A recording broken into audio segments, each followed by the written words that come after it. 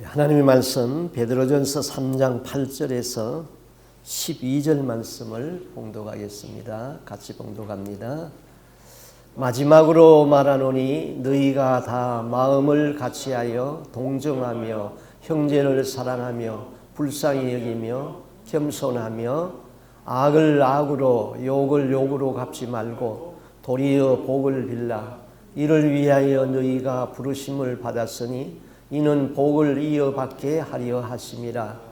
그러므로 생명을 사랑하고 좋은 날 보기를 원하는 자는 혀를 금하여 악한 말을 그치며 그 입술로 거짓을 말하지 말고 악에서 떠나 선을 행하고 화평을 구하며 그것을 따르라.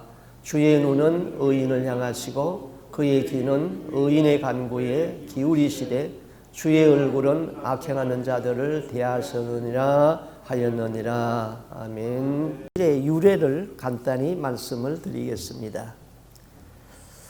1960년 9월 29일에 영국에서 신앙의 자유를 찾아서 남자 72명과 여자 29명, 그래서 101명이 메이플 플라우의 배를 타고 2개월이 넘는 항해 끝에 1620년 11월 9일에 미국의 매사추세츠 케이프 카드만에 도착했습니다.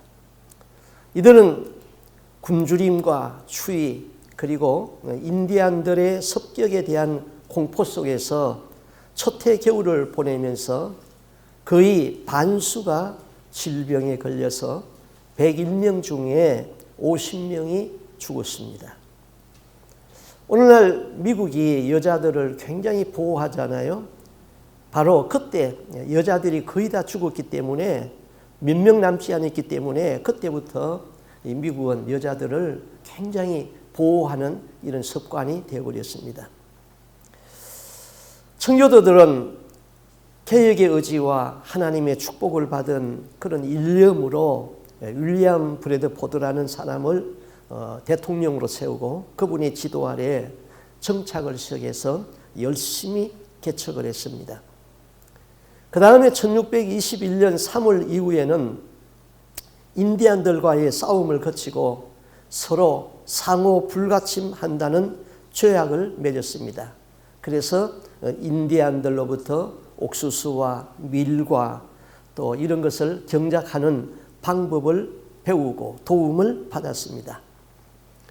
청교도들이 양식이 부족해서 3일을 그냥 금식을 하면서 어렵게 지냈을 적에 인디안들이 그 짐승들을 잡아다 주기도 해서 겨우 연명에 갔었습니다. 그리고 그해 가을이 되어서 그들이 심은 옥수수와 보리와 밀 이런 것이 풍작이 되어가지고 가을 추수를 하게 됩니다. 청교도들은 그 인디안들과 함께 최초의 추수감사절을 지키기로 하고 인디안 추장을 초청했습니다. 추장은 90명의 용사들을 데리고 참석을 했는데 청교도들은 덜새를 잡으러 나가서 많은 칠면조를 잡아가지고 왔고 인디안들은 사냥을 해가지고 5마리의 사슴을 잡았습니다.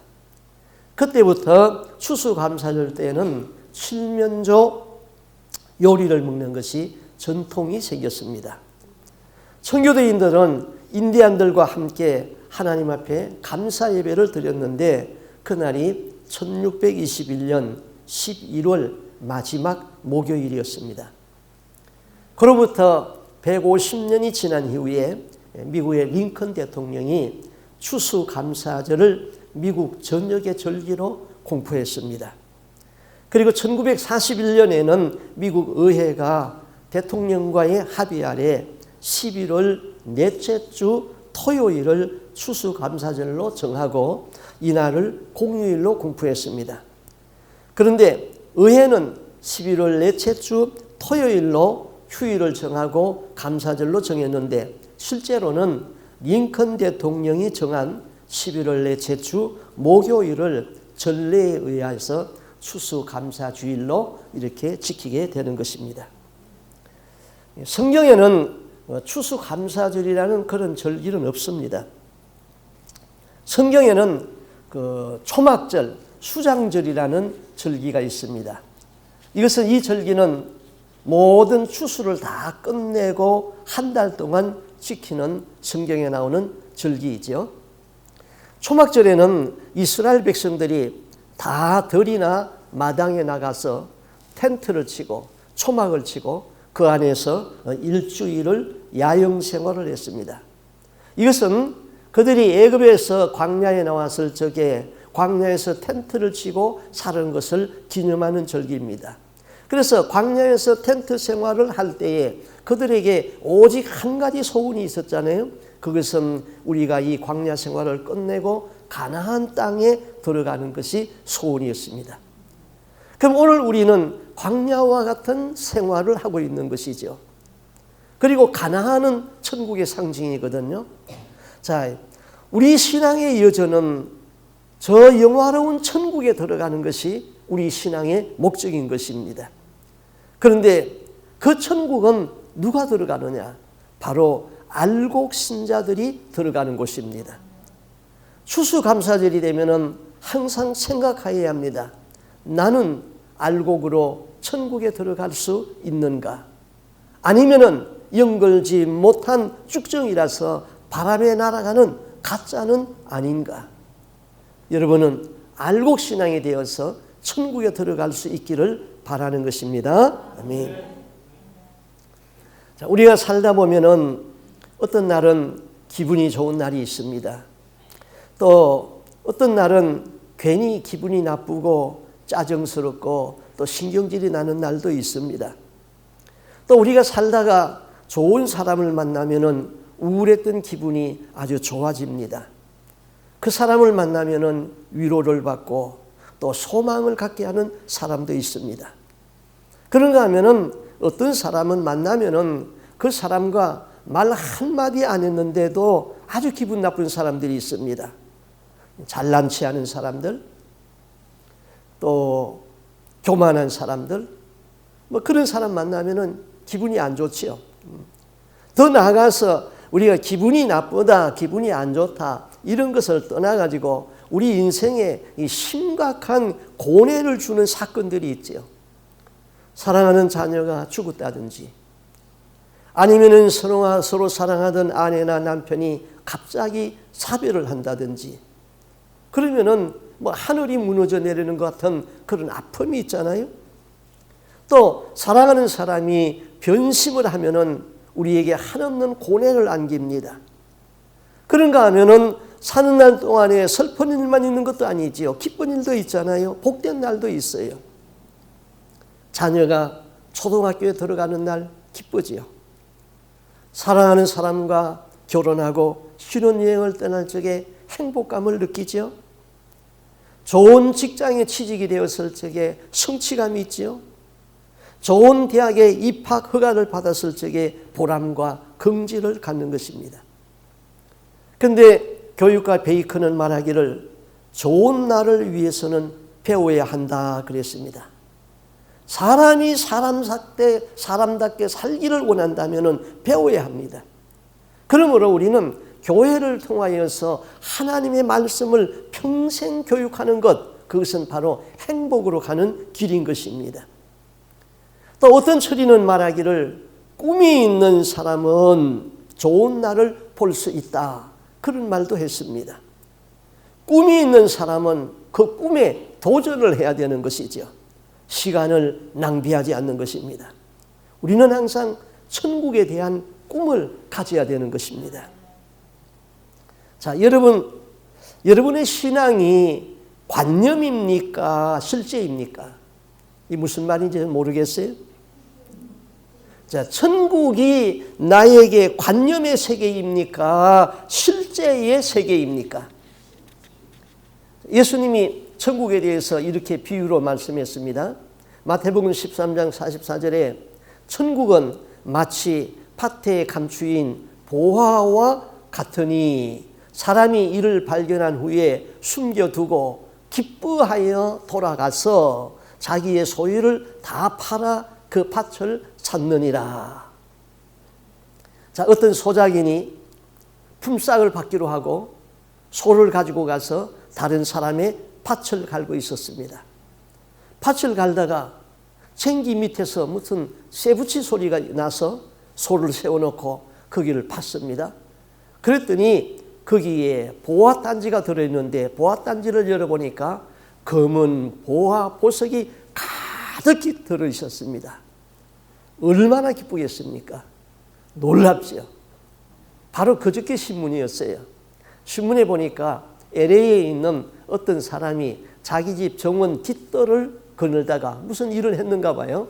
그런데 밑에서 깡통이 뚜룩뚜룩하게 나가서 깡통을 열었더니 깡통 2개에 검은 보화가 가득, 옛날에 금으로 만든 돈이 그냥 가득 들었어요. 그것을 계산을 하니까 100억이 넘었어요. 그래서 이 사람은 한 몇 개만 기념으로 갖고 나머지는 다 팔기로 했다 그랬어요. 자, 옛날에 은행이 없던 시절에는 전쟁이 나면은 자기가 지니고 있는 보석을, 보화를 자기만 아는 어느 곳에다가 밭에다가 숨겨두고 피난을 갑니다. 돌아오면은 다행인데 돌아오지 못하는 수도 있습니다. 자, 이 어떤 사람이 다른 사람의 밭에서 이제 일을 하다가 이 소작인이 보화단지가 들어있는 그 항아리를 발견했습니다. 얼마나 흥분했겠습니까? 그러나 그것도 잠깐입니다. 그 밭은 자기 밭이 아닙니다. 그 보화단지를 가지려면은 그 밭을 사야 되는 것입니다. 그래서 얼른 묻어두었습니다. 자, 이제는 이 보화가 묻힌 밭을 사야 되는데 돈이 없지요? 그러니까 자기가 가지고 있는 모든 것을 팔기 시작합니다. 그가 아끼고 있던 소도 팔고, 그가 아끼고 있던 집도 팔고, 가산도 팔고 팝니다. 그러면서 잠을 자거나 낮에 눈을 뜨거나 항상 그 보화가 묻힌 그 벌 생각하지 않겠어요? 얼마나 기쁘겠어요? 내가 우리 주인한테 가가지고 이 밭주인한테 가가지고 무슨 말을 해가지고 그 밭을 나한테 팔으라고 그럴까? 자, 예수님이 이걸 설명을 해서 천국이 그렇다고 그랬어요. 천국이 그렇다. 천국이 이렇게 좋은 것인데 우리는 천국이 그렇게 좋다는 것을 관념으로 알고 있어요. 그러나 그것이 실제입니까? 실제라면은 내 것을 투자하고 팔아서 그걸 사야 되잖아요. 그런데 우리는 관념으로만 알고 있어요. 관념으로 그것은 자기 것이 아니에요. 관념을 가지고 신앙생활하는 사람 천국에 못 들어가요. 실제가 돼야 된다 이것입니다. 여러분, 천국이 얼마나 좋은 곳인지 여러분 알고 있죠? 죽음이 없습니다. 눈물이 없습니다. 아픈 것이나 곡하는 것이 없습니다. 마귀가 없기 때문에 죄를 짓지 않습니다. 영광과 거룩함이 충만합니다. 영생하는 나라인 것입니다. 그 천국을 실제로 믿습니까? 아니면은 관념을 가지고 생각하고 믿음을 갖고 있는 것입니까? 그 천국을 위하여서는 내 죄를 십자가 앞으로 가지고 가야 됩니다. 날마다 회개해야 됩니다. 날마다 기도하고 날마다 전도하고 날마다 선교하고 바치도 아깝지 아니하고 날마다 감사가 있고 그렇게 산다면은 천국은 실제입니다. 그러나 그렇게 살지 못하면은 우리는 관념적으로 천국을 그냥 알고 있는 것이지요. 천국이 실제인 사람은 밭에 감추인 보화를 발견하고 아무 일도 없는 것 같이 살지 않는다 이 말입니다. 천국을 보화를 발견하고 기뻐한 것만 가지고 자기 것이 아니라 이 말인 것입니다. 가슴에 희열이 있어야 됩니다. 잠을 자도 눈을 떠도 그 보화만 생각합니다. 어떻게 해야 이 밭을 살 수 있을까? 밭주인에게 내가 무슨 말을 해서 이 밭을 나에게 팔라고 할까? 천국은 이와 같습니다. 천국은 실제입니다. 천국은 관념으로 갈 수 없습니다. 많은 사람들이 천국이 있다고 믿습니다. 그런데 관념입니다. 천국이 실제이고 예수의 피값이 실제인 사람은 그렇게 살지 않는다 이 말입니다. 여러분, 천국도 실제이고 지옥도 실제인 것입니다. 너무나 많은 그리스도인들이 신앙생활을 관념적으로 하고 있습니다. 보화를 발견하고 기뻐했습니다. 그러나 그것을 내 것으로 만들지는 않습니다. 여러분의 형편은 몰라도 저희 부부에게 천국은 관념이 아니라 실제인 것입니다. 나는 매 주일마다 말씀의 은혜를 받는다. 그러나 나는 변하지 않는다. 그렇다면 스스로 속고 있는 것이지요.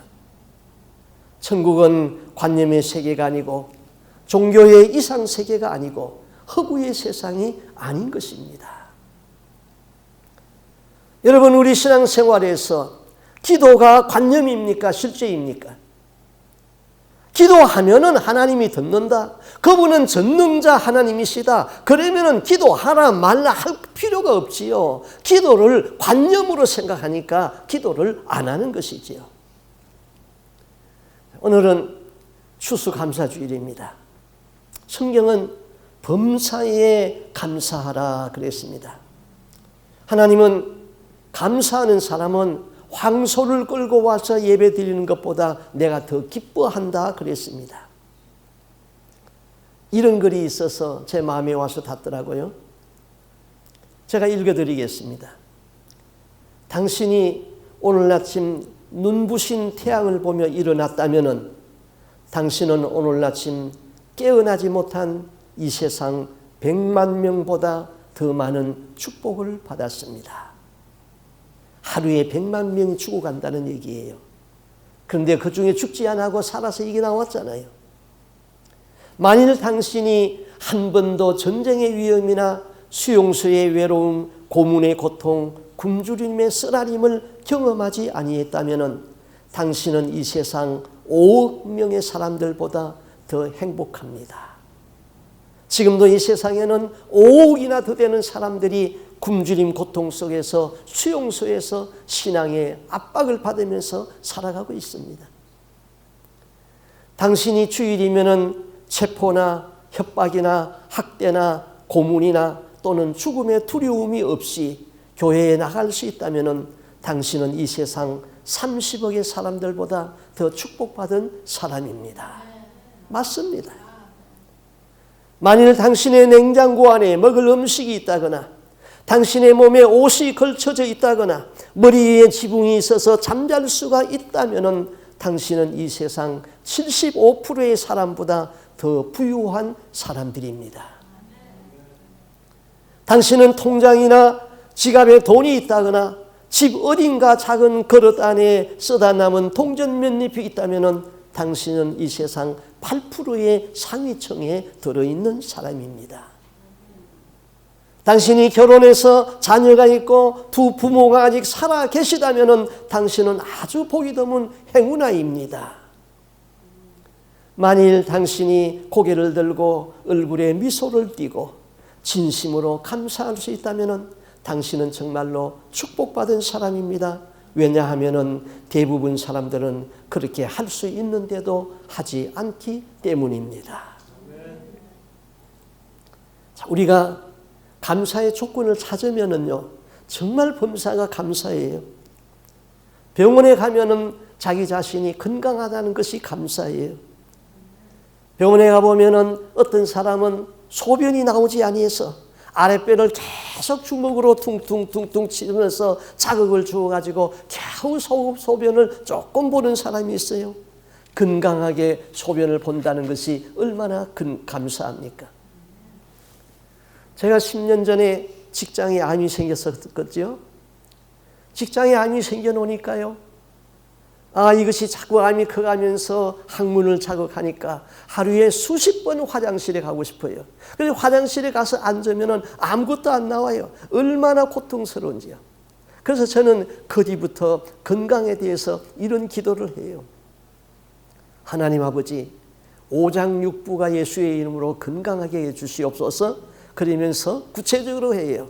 위장과 소장과 대장과 직장의 기능이 건강하게 해 주시옵시고 신장과 폐와 간장과 허파의 기능이 건강해서 모든 음식을 잘 먹고 잘 소화하게 해 주옵소서.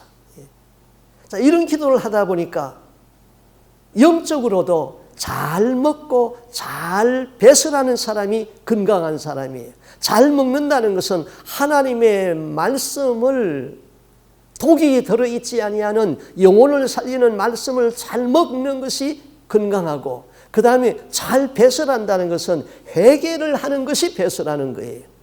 그래서 날마다 하나님의 말씀을 읽고 날마다 회개 기도하면서 사는 사람은 영적으로 건강한 사람이죠. 저는 참 목회를 오래 했어요. 제가 신학교 1학년 때부터 하나님의 은혜로 신학교를 그냥 수석으로 들어가는 바람에 어떤 교회에서 저를 픽업해 가지고 갔어요. 그래가지고 담임전도사였어요. 목사님 없는 데에서 장로님만 계셔서 담임전도사 해가지고, 그리고 그 위에 군대 3년 빼고 지금까지 목회했으니까 50년 더 한 것 같아요. 그리고 지금 은퇴 후에도 여러분과 같이 일과 같이 목회할 수 있는 건 하나님의 은혜잖아요. 너무너무 감사해요. 또 성경에 믿음은 모든 사람의 것이 아니라 그랬는데 여러분이 다 믿음이 있잖아요. 그리고 우리 자녀들이 넷인데 손자들까지 다 믿음이 있어요. 그래서 얼마나 하나님 감사한지요. 하마터면 죽을 뻔한 것도 몇 번 넘겼는데 살려준 것도 감사해요. 아내가 옆에 있어서 함께 음식을 먹는 것도 감사해요. 감사의 조건을 찾으면 범사가 감사하다 이거죠. 자, 오늘 봉독한 성경에서 사도 베드로는 이렇게 말했습니다. 너희가 다 마음을 같이하여 체휼하며 형제를 사랑하며 불쌍히 여기며 겸손하라. 악을 악으로 욕을 욕으로 갚지 말고 도리어 복을 빌어라. 이를 위하여 너희가 부르심을 입었으니 이는 복을 유업으로 받게 하려 하심이라. 생명을 사랑하고 좋은 날 보기를 원하는 자는 혀를 금하여 악한 말을 그치며 그 입술로 괴유를 말하지 말라. 자, 복을 유업으로 받는 일이나 생명을 사랑하고 좋은 날 보기를 원하는 것은 우리 모두가 원하는 것이고 사모하는 일이잖아요. 이 일이 관념이 되어서는 안 돼요. 실제가 되어야 되는 것이에요. 생명을 사랑하고 복을 유업으로 받을 자. 그럼 여기 사도 베드로가 말하는 생명이라는 것은 무슨 생명일까요? 건강한 생명이죠. 병약한 생명이 아닙니다. 그 다음에 영적인 생명으로 그 영이 예수님과 연합해 가지고 천국에 들어갈 수 있는 그런 생명이잖아요. 베드로는 생명을 사랑하고 좋은 날 보기를 원하는 자는, 복을 유업으로 받기를 원하는 자는, 천국에 들어가기를 원하는 자는 이렇게 살아라 권면하고 있어요. 첫째, 형제를 사랑하며 불쌍히 여기며 겸손하라. 펄벅 여사는요, 선교사의 딸로서 어린 시절에 중국에서 어린 시절을 보냈습니다. 그래서 그는 소설가로서 소설을 많이 썼습니다. 그 중국을 배경으로 해서 돼지, 어머니 이런 소설을 썼습니다. 저는 청소년 시절에 이 펄벅 여사가 쓴 소설을 아주 즐겨 읽었습니다. 그래서 이분이 노벨 문학상을 받았잖아요. 이분이 1960년도에 한국을 방문했는데 그의 눈에 아주 진 풍경이 들어왔습니다. 그녀가 어느 날 황혼 시간에 경주의 어느 시골 길을 걸어가고 있는데 한 농부가 일이 끝나고 소 달구지를 끌고 가는데 소 달구지에 집 몇 단 싣고 또 자기가 짐을 지고 또 짚을 이렇게 지고 가는 겁니다. 그래서 이분은 그 합리적인 생각을 하기 때문에 아니 저 사람이 자기 지게에 있는 짐을 소 달구지에 싣고 자기도 거기에 타고 그렇게 가면 쉬울 텐데 왜 자기가 짐을 지고 이렇게 힘겹게 갈까? 그래서 펄벅 여사가 농부에게 물었습니다. 아니 지게에 지고 가는 짐을 소 달구지에다가 실으면 될 텐데 왜 짐을 지고 갑니까? 농부의 대답은 아주 참으로 신선한 충격이었습니다. 에이, 어떻게 그렇게 할 수 있습니까? 나도 하루 종일 일을 했지만은 소도 하루 종일 힘든 일을 했으니까 짐을 서로 나누어 줘야지요. 그랬습니다.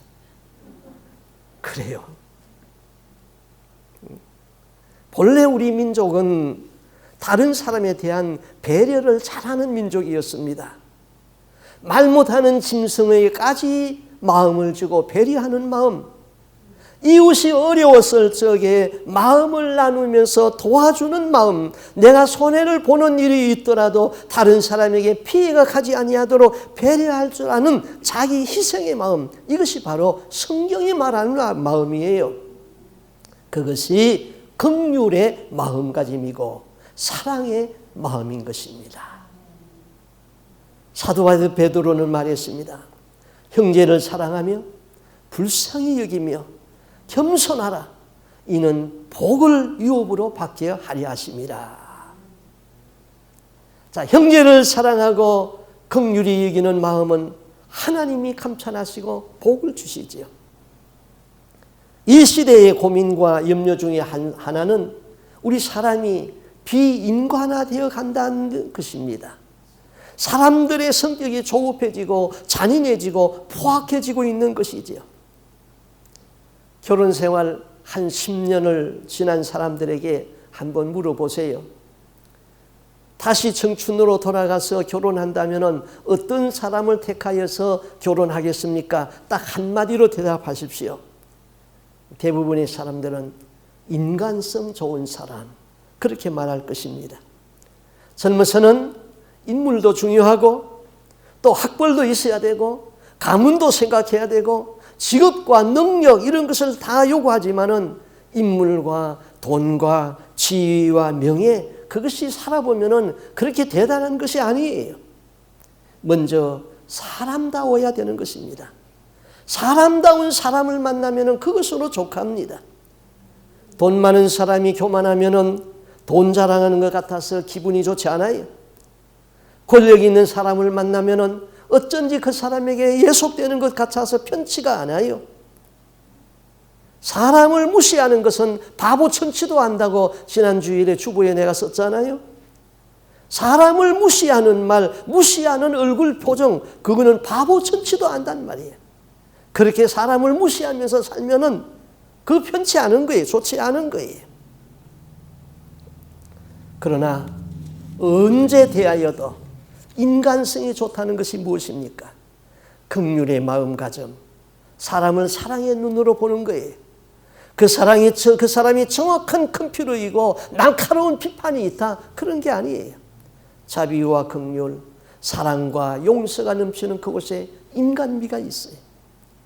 야고보는 긍휼을 행하지 아니하는 자는 긍휼 없는 심판을 받으리라 그랬잖아요. 긍휼은 심판을 이기고 자랑한다.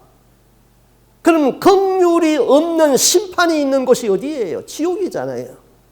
지옥에는 머리털 하나만큼도 긍휼이 없는 곳이에요. 지옥은 무자비한 고문과 심판이 있는 곳이 지옥이에요. 사람을 긍휼히 이기는 자는 그 지옥의 심판을 면한다는 것입니다. 그 긍휼이 바로 사랑인 것입니다. 긍휼은 심판을 이깁니다. 사랑하며 불쌍히 여기는 마음을 가지십시오. 그리고 겸손하십시오. 그러면은 천국을 유업으로 얻을 수 있습니다. 그다음 네가 좋은 날 보기를 원한다면은 입이 복 있는 사람이 되라, 그렇게 말하잖아요. 자, 복은 말에서부터 옵니다. 말은 그 사람의 마음의 창문이라고 그랬어요. 내가 좋은 생각을 품으면 좋은 말을 하게 되어 있습니다. 악한 생각을 품고 있으면 악한 말을 하게 되어 있습니다. 생명을 살리는 것이 언어고 생명을 죽이는 것도 언어인 것입니다. 한 가정의 부부가 손을 잡고 평화롭게 살아가는 것도 말에서부터이고, 한 가정이 싸우고 파탄을 가져오는 것도 말에서부터인 것입니다. 10년 사귀어온 친구가 말 한마디로 절교합니다. 평생을 함께하기로 맹세한 부부가 말 한마디로 갈랐습니다. 악독과 저주를 말하면서 행복할 수는 없지요. 불신앙적인 말을 하면서 믿음으로 일할 수는 없지요. 거짓을 말하면서 진실하게 살 수는 없지요. 우리의 입에서 어떤 말을 해야 합니까? 좋은 말, 소망적인 말을 들으면 기분이 아주 좋습니다. 험담과 저주하는 말을 들으면 기분이 좋지 않습니다. 진실을 말하면 믿을 수 있습니다. 저 거짓과 혐오를 말하면, 저주를 말하면 혐오감을 갖게 되는 것이지요. 그래서 잠언 26장 20절에 이렇게 말했어요. 나무가 다하면 불이 꺼지고 말쟁이가 없으면 다툼이 없어지느니라. 이 다툼도 말에서부터예요. 그래서 진실로 좋은 날 보기를 원하는 사람은 입에다가 재갈을 물리라. 악한 말을 거쳐야 됩니다. 그 입술로 거짓된 말을 하지 말아야 되는 것입니다. 자, 우리는 가끔 성찬식을 하잖아요. 이 성찬식을 할 적에 천주교에서는 이 성찬식에서는 그 포도주와 그 떡을 성찬식 때 사용하는 떡과 포도즙이 실제로 예수님의 살과 피로 변한다. 그런 입장이에요. 우리는 기념설이지만은 그 사람들은 화채술을 주장해요. 그래서 천주교에서는 그 떡과 포도즙 관리에 굉장히 신경을 씁니다. 한 번은 고양이가 그 성찬식에 썰 빵을 먹었습니다. 그래서 고양이를 재판에 해부한 일도 있었습니다. 그런데 어느 작은 시골 천주교 교회 주일 미사에서 그 신부를 돕고 있는 한 소년이 그만 실수해가지고 그 성찬식 사용할 포도주 그릇을 제단 앞에서 떨어뜨렸습니다. 신부는 즉시 소년의 뺨을 때렸습니다. 그리고는 고함을 쳤습니다. 어서 물러가고 다시는 제단 앞에 오지 마라. 그 소년은 제단을 떠났습니다. 그 소년은 자라서 공산주의 지도자인 유고슬라비아의 대통령이 되어서 하나님을 비웃는 사람이 되었습니다. 그가 티토 대통령이었습니다. 또 도란 도시에서 역시 천주교 신부가 미사에서 신부를 돕던 한 소년이 성찬용으로 쓸 포도주 그릇을 떨어뜨렸습니다. 신부는 이해와 동정 어린 눈으로 그를 보더니 이렇게 말했습니다. 네가 앞으로 큰 신부가 되겠구나. 이 소년은 자라서 유명한 대주교가 되었습니다. 그분이 힐턴신 주교였습니다. 하나님의 큰 일꾼이 되었습니다. 여러분, 여러분의 자녀들에게도 소망적인 말을 하십시오. 긍정적인 생각을 주십시오. 축복하는 말을 인색하지 마십시오. 믿음의 말을 하십시오. 소망적인 말, 복을 비는 말, 믿음 있는 말은 나 자신을 복되게 합니다. 그리고 다른 사람에게도 복되게 하는 것입니다. 그 다음 좋은 날 보기를 원하는 사람은 악에서 떠나 선을 행하고 화평을 구하라. 시편 126편 5절에 눈물을 흘리며 씨를 뿌리는 자는 기쁨으로 거두리라 그랬습니다. 또 갈라디아서 6장 7절 말씀은 스스로 속이지 말라. 하나님은 없어진 여김을 받지 아니하나니 사람이 무엇으로 심든지 그대로 거두리라. 자, 심는 대로 거둔다는 말은 평범하면서도 아주 무서운 진리인 것입니다. 우리 신앙도 자연의 이치를 그대로 따라갑니다. 사람이 무엇으로 심든지 그대로 거둔다. 이것은 추수의 원리잖아요. 추수의 원리가 세 가지가 있어요. 첫째는 심어야 거두는 거예요. 심지 아니하고 거둘 수는 없어요. 두 번째는 심은 종류대로 거두어요. 콩을 심었으면 콩을 거두고 팥을 심었으면 팥을 거둔단 말입니다. 세 번째는 많이 심으면 많이 거두고 적게 심으면 적게 거두는 거예요. 이것이 추수의 원리예요.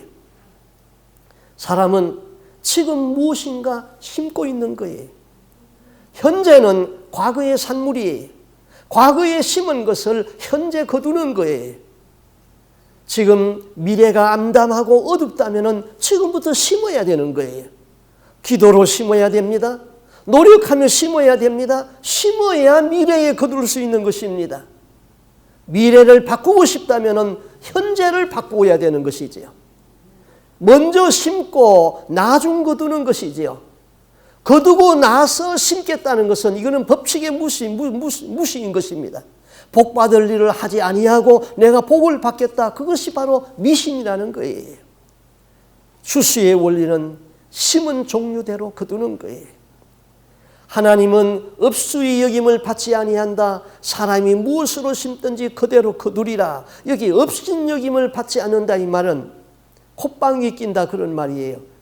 하나님이 어디 있어? 내가 하는 대로 뭐 하나님 복을 주시나? 그런 말이죠. 하나님이 계세요. 이 우주 만상을 보니 무엇을 보나 하나님은 계세요. 그분의 심판의 맷돌이 천천히 돌아가고 있다고 그랬어요. 그러나 너무나도 정확하게 세밀히 파수어서 가루를 만들고 있다고 했습니다. 우리 속담에 콩 심은 데 콩나고 팥 심은 데 팥난다 그런 속담이 있죠. 이 속담은 평범한 속담이지만 대단히 무서운 진리인 것입니다. 신앙은 자연법칙의 원리를 무시하지 않는 것입니다.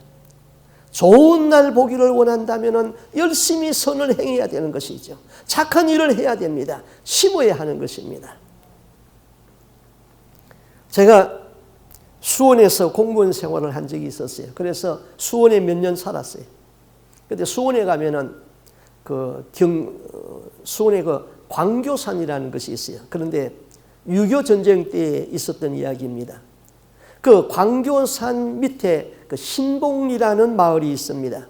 6.25 때에 인민군과 아군이 그곳에서 산에서 전투를 했습니다. 그런데 조목사라는 분이 중학교 3학년 때였습니다. 6.25 때 신봉리 뒷산에서 인민군과 아군이 싸웠는데 아군이 거의 다 전사하고 인민군이 그 동리를 다 점령을 했습니다. 그래서 저녁 때가 되어서 인민군이 이제 그 다음날 동리 사람들을 동원해 가지고 부역을 시켰는데 이 시체를 묻는 부역이었습니다. 중학교 3학년인 이 조목사라는 분이 중학교 3학년 때 그 부역에 동원이 되었습니다. 그런데 한 국군 병사가 다리에 총을 맞고 신음하면서 그 절비한 시체들 가운데 다 죽어가고 있더랍니다. 인민군이 보고는 발로 툭툭 차보더니 죽었다고 저 숲풀 속에다가 갖다 내버리라고 했습니다. 그래서 들것에다가 실어서 숲풀 속에다 갖다 내버렸습니다. 저녁 때가 되니까 그날이 수요일이었는데 집으로 돌아가라고 이제 인민군이 보내주더랍니다. 그래서 오는 길 옆이라서 아까 그 버린 사람이 아직 죽지는 않았었는데 어떨까 하고 가까이 가니까 끙끙 앓는 신음소리가 들리는 거예요. 그래서 가까이 갔더니 다리에 총을 맞은 군인이 나 좀 살려달라고 부탁을 하더래요. 그래서 주일학교 다닐 적에 교회 선생님 말씀이 생각났습니다. 좋은 씨를 심어라. 착한 일을 하라. 그런 말씀이 생각이 났습니다. 그래서 집에 가가지고 밥을 해가지고는 몰래 갖다 주었습니다. 며칠을 굶은 사람이기 때문에 금세 먹어치우더래요. 그래서 그날부터 이제 밤이 되면은 먹을 것을 몰래 싸가지고 그 국군에게 갖다 주었습니다. 이 일이 오래 지속되다 보니까 그만 소문이 났어요. 어떤 학생이 밤마다 먹을 것을 가지고 산속으로 들어간다 소문이 났어요. 결국 인민군 내무서에서 알았습니다. 그래서 인민군이 학생을 잡으러 집으로 왔습니다. 그래서 누가 기뜸을 해줘가지고 이 학생이 그냥 도망을 해서 피신을 했습니다. 그리고는 부상당한 그 군인을 마지막으로 만났습니다. 아저씨, 인민군이 알고 나를 잡으러 왔어요. 나도 이제 피신을 해야 됩니다. 이제 밥을 갖다 줄 수가 없습니다. 그러니까 그 부상당한 군인이 부탁을 하더래요. 그러면은 민간인 옷 한 벌하고 지팡이 하나를 구해달라 그랬습니다. 그래서 집에 가서 아버지가 입던 헌옷 하나 하고 지팡이를 갖다 주고 피신을 했습니다. 그리고 잊어버렸어요. 그 후에 4년이 지났어요. 이 학생이 고등학교 3학년 때였어요. 이 학생은 서울에 와가지고 고학으로 아주 어렵게 공부를 하고 있었어요. 그런데 어느 날 육군 대령이 학생이 다니는 학교를 찾아왔어요. 교무실에 갔더니 대령 계급장을 타는 군인이 거기 있습니다. 그 육군 대령이 첫 번째 보자마자 하는 말이, 학생, 광교산 및 신봉리에서 밥 갖다 주던 일을 생각나는가? 그러고 보니까 그분이에요. 너무너무 반가워가지고 예 아저씨 하고는 가서 끌어안고는 막 울었다는 거예요. 그 대령이 우리 집에 갑시다 하고는 집차에 싣고 가더랍니다. 그래서 온 가족이 생명의 은인이 왔다고 반겨주더래요. 그분이 신학교 4학년까지의 등록금을 후원해 주어서 그 조목사라는 분이 신학 공부를 하고 목사가 되었던 것입니다. 생명을 구하는 씨를 심었습니다. 그랬더니 집이 어려워서 공부할 수 없었는데 그분 덕택에 신학을 공부하고 목사가 되었습니다. 좋은 씨를 심어야 됩니다. 생명을 사랑하고 좋은 날 보기를 원한다면 선을 행해야 됩니다. 선을 행하기가 쉽지는 않습니다. 생명의 위험도 있습니다. 그러나 낙심하지 말고 선을 행하면 때가 되면 거두게 되어 있습니다. 심은 종류대로 거둡니다. 선을 심으면 선한 열매를 거두고 악을 심으면 재앙을 거둡니다. 콩 심은 데서 콩이 나고 팥 심은 데서 팥이 나는 것입니다. 어느 시골에 예수 잘 믿는 집사가 있었습니다. 콩을 심었습니다. 그의 콩농사가 아주 풍작이 되었습니다. 잘 되었습니다.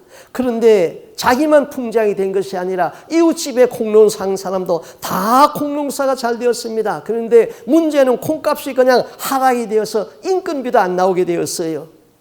그런데 팥을 심은 사람은 팥이 흉작이 되어가지고 팥값은 아주 비싸졌습니다. 이 집사님은 콩을 수확해봐야 인부값도 안 나온다는 것을 알았습니다. 이 집사님 생각이 하나님 말씀이 생각났습니다. 대저 하나님의 말씀은 능치 못함이 없느니라. 믿음이 생겼습니다. 그래서 어느 날 새벽에 교회 가가지고 기도를 간절히 하고 그날 새벽에 자기 콩밭에 갔습니다. 콩밭을 향하여서 두 손을 번쩍 들고 하나님 앞에 기도했습니다.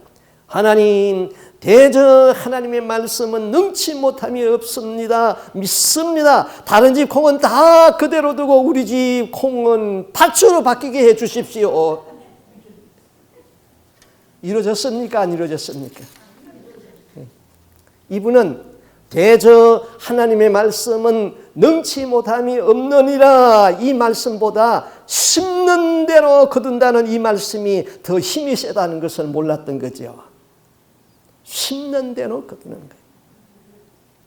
성경은 내가 육체의 일을 심어놓고 영생을 기대하지 말라 그랬어요. 육체의 소욕은 무엇입니까? 갈라디아서 5장 19절 이하에서 분명히 말했지요. 육체의 일은 분명하다.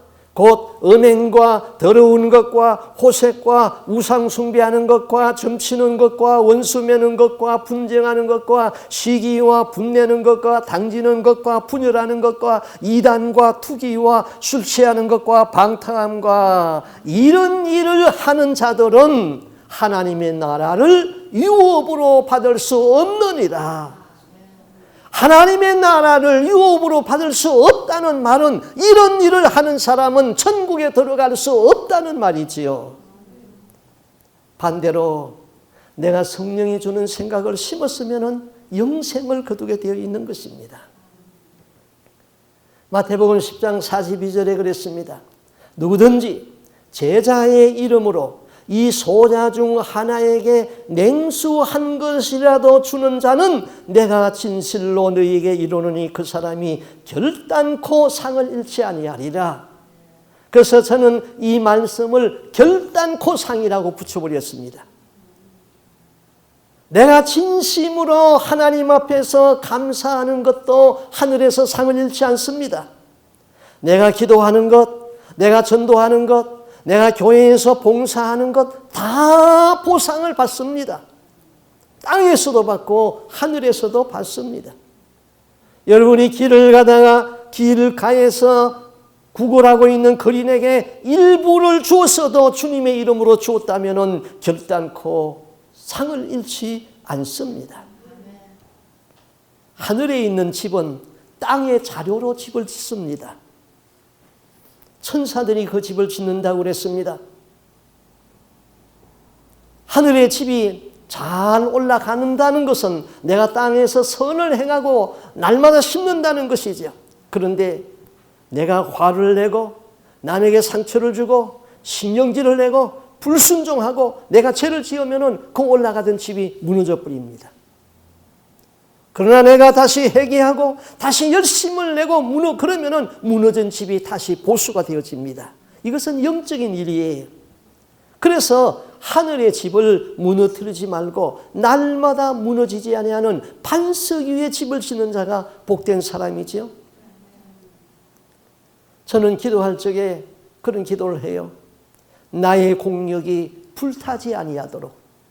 나무나 집이나 그런 것으로 짓는 것은 공력이 불탄다 그랬어요. 시험이 올 적에. 그러나 거무나 보석으로 집을 짓게 하여 주옵소서. 기도합니다. 우리의 눈에는 보이지 아니하지만은 천사가 따라다닙니다. 천사가 나의 모든 선행과 악행을 하나님께 리포트한다고 그랬어요. 땅에서 선을 행하게 되면은 선한 행위의 자료가 올라가면은 나의 집이 황금 보석으로 지어지고 죄를 지으면은 그 집이 무너진다. 여러분이 이 땅에서 아무리 좋은 집을 지니고 살아도 100년을 킵할 수가 없습니다. 그러나 하늘의 집은 영원합니다. 땅의 것에 너무 연연하지 마시기 바랍니다. 이제 12절 말씀을 보겠습니다. 주의 눈은 의인을 향하시고 그의 귀는 저의 간구에 기울이시고 주의 낯은 악을 행하는 자들에게 행하시느니라. 하나님이 의인의 기도를 듣습니다. 그 기도에 귀를 기울이십니다. 하나님은 의인을 지켜보십니다. 그러나 하나님의 얼굴은 진노의 얼굴은 악행하는 자들을 보고 있다 그랬습니다. 의인이 누구고 악인이 누구입니까? 의인은 형제를 사랑하며 불쌍히 여기며 겸손히 행하는 자, 입술을 지키는 자, 선을 행하고 화평을 구하는 자입니다. 악인은 말을 악하게 합니다. 그 입술로 괴율 거짓말을 말합니다. 악을 행하는 자는 저주를 합니다. 욕을 합니다. 그런 사람은 의인이 될 수가 없습니다. 여러분, 진실로 의롭게 사시기 바랍니다. 의인의 간구에 귀를 기울이시는 하나님을 바라보시고 사시기를 바랍니다. 여러분의 생애에 복을 유업으로 받고 좋은 씨를 심어서 좋은 날을 많이 보시고 영생을 얻어서 천국에 들어갈 수 있는 저와 여러분이 될 수 있기를 바랍니다. 아멘. 기도하겠습니다. 하나님 아버지, 참으로 감사합니다. 지난 1년 동안에 우리의 삶을 뒤돌아보면 감사의 조건이 너무나도 많았습니다. 하나님 아버지, 건강을 위하여서 기도합니다. 위장과 소장과 대장과 직장의 기능이 건강하여서 음식을 잘 먹고 잘 소화할 수 있고 쾌변을 볼 수 있도록 건강의 복을 허락하여 주시옵소서. 주여, 영적으로는 우리가 건강한 음식을 잘 먹어야 됩니다. 우리의 영혼의 양식, 영혼이 사는 말씀을 바로 먹고 바른 회개가 이루어지는 것이 하나님 아버지 잘 배설하는 것입니다. 우리로 하여금 영적인 음식도 잘 먹고 잘 배설하게 하여 주시옵소서. 하나님 아버지, 우리가 이와 같이 자유롭게 신앙생활하는 것도 얼마나 감사한지요. 늘 아침마다 민족을 위하여서 이북을 위하여서 기도할 적에 그 이북 땅에는 아직도 신앙의 자유를 누리지 못하여서 어둠 가운데서 숨죽이며 예배드리는 저들의 기도를 하나님께서 들어주시고 이 어려운 때를 잘 버텨나갈 수 있는 믿음을 주시고 은혜를 허락하여 주옵시고 탈북하여서 고난과 행군 가운데서 불안 가운데서 살아가는 그들에게도 은혜를 더하여 주어서 안전한 곳으로 인도하고 예수 만날 수 있도록 은혜를 더하여 주시옵소서. 하나님 아버지, 내일의 꿈을 가지고 살기를 원합니다. 내일의 꿈을 있는 사람은 오늘을 심어야 됩니다. 하나님, 오늘의 현실은 과거에 심어진 것의 산물입니다. 하나님, 내일의 꿈이 있다면 오늘 바른 믿음으로 기도로 부지런히 심을 수 있게 하여 주시옵소서. 가슴에 품은 뜻 거룩하게 하시고 예수 사랑으로 충만하게 하여 주옵소서. 말 한마디를 해도 사랑이 있는 말을 하게 하여 주옵시고, 사람에게 소망을 줄 수 있고 예수를 깊이 생각하는 데서 나오는 이 여운을 남길 수 있는 믿음 있는 말을 할 수 있는 주의 성도들로 살다가 다 천국에 들어갈 수 있는 알곡신자 되게 하여 주시옵소서. 이 모든 말씀 예수님 이름으로 기도하옵나이다. 아멘.